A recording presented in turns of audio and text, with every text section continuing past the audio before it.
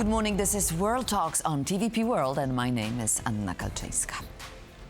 In a tumultuous stretch for French politics, Emmanuel Macron has reappointed Sébastien Le Quiniou as Prime Minister after his first government collapsed within hours of formation.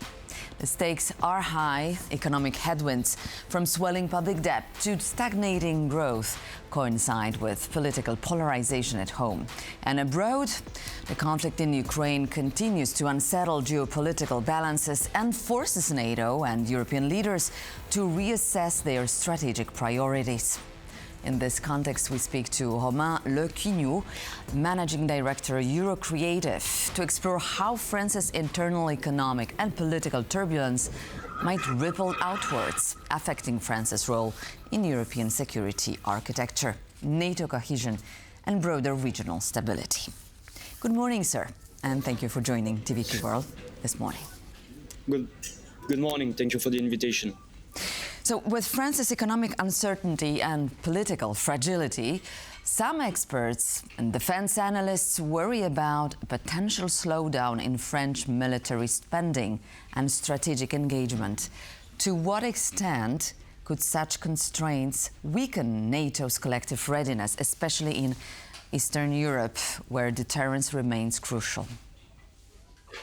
Indeed, I think this is an important concern, and we should keep this concern. The good and positive thing, I believe, is that Sébastien Le Quiniou, who is the Prime Minister today, is from the Ministry of Army, is from the Ministry of National Defense, so he will pay attention, of course, to make sure that the budget he prepared for the past few years will pass. But we don't know if it will pass, because the reality of this government is that this is a government of mission, as the Prime Minister said, but this is a government which is short-lived term, and now Sébastien Le Quiniou, the Prime Minister, said that it will be about negotiations in the Parliament. We know that the political forces are not really into a mood of negotiations. And as of today, let's be realistic on this government. This is a government that is standing for the simple reason that a majority of parliamentarians refuse to lose their job. Is it enough to have a budget? Is it enough to have conclusive negotiations for the budget? The coming days and weeks will say it. For now, the most important for the Prime Minister and his government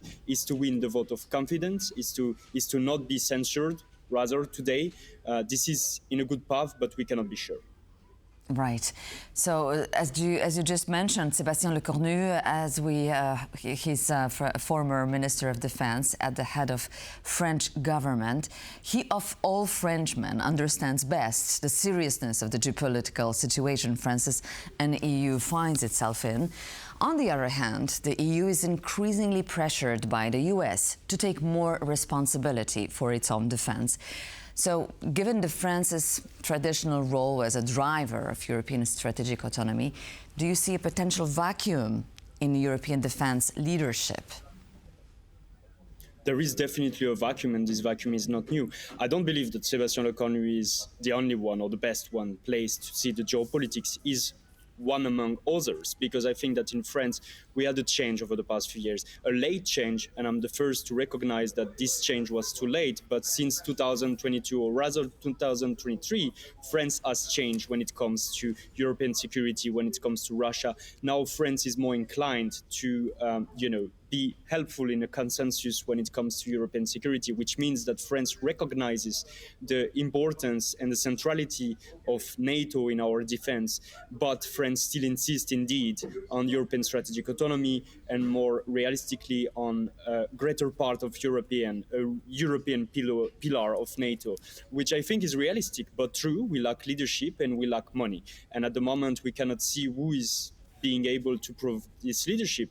France has a big problem of credibility right now. Of course, Macron is still one of the leaders that has this capacity of leadership, but can he really provide leadership when he's stuck at home and when the credibility of France has been largely deeply affected over the past few months, because our allies and partners can see that internally France is heavily destabilized and affected also by important financial problems, and there is apparently no solution in the short or mid-term to this big problem. So this is very important for France to be as cohesive as possible, because France has a responsibility in Europe and NATO in the West, I would say even, to play a critical role when it comes to reinforcing the capabilities and the capacities of European defense and security on the eastern flank, which means more support, financial and material, to Ukraine, and strengthening our partnerships bilateral with Poland, for example.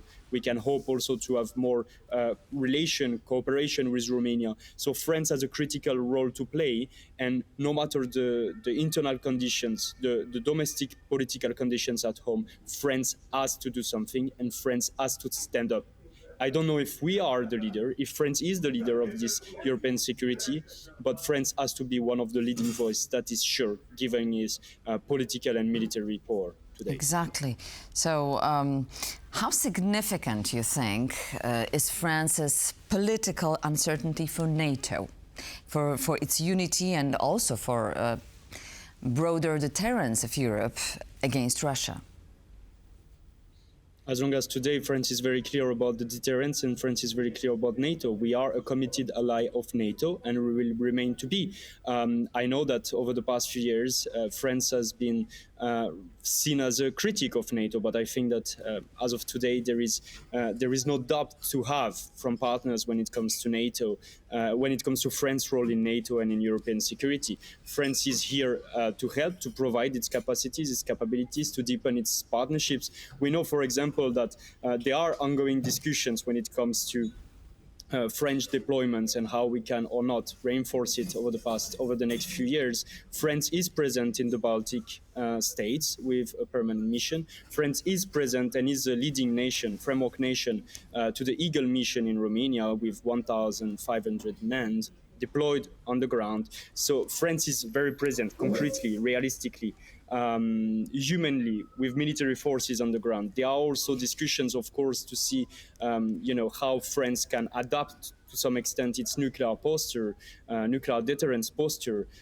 We know that President Macron in the coming months, in 2026, will process with an update of it. And we've seen also on the strategic review of the national defense from France that France is clearer and clearer when it comes to its language of reassurance towards our European partners and allies, and also in terms of budget. So we can be carefully and cautiously confident. Of course, we have political forces in France from the extreme left and from the extreme right, which are very irresponsible when it comes to the declarations they do in foreign policy. But as of today, and as long as I see, and as long as I know, they are not in power and they have no influence on the French foreign policy. And it should stay like this. We should have France very cohesive when it comes to foreign policy, because we collectively are facing challenges and it is not the time to be disunited on these topics.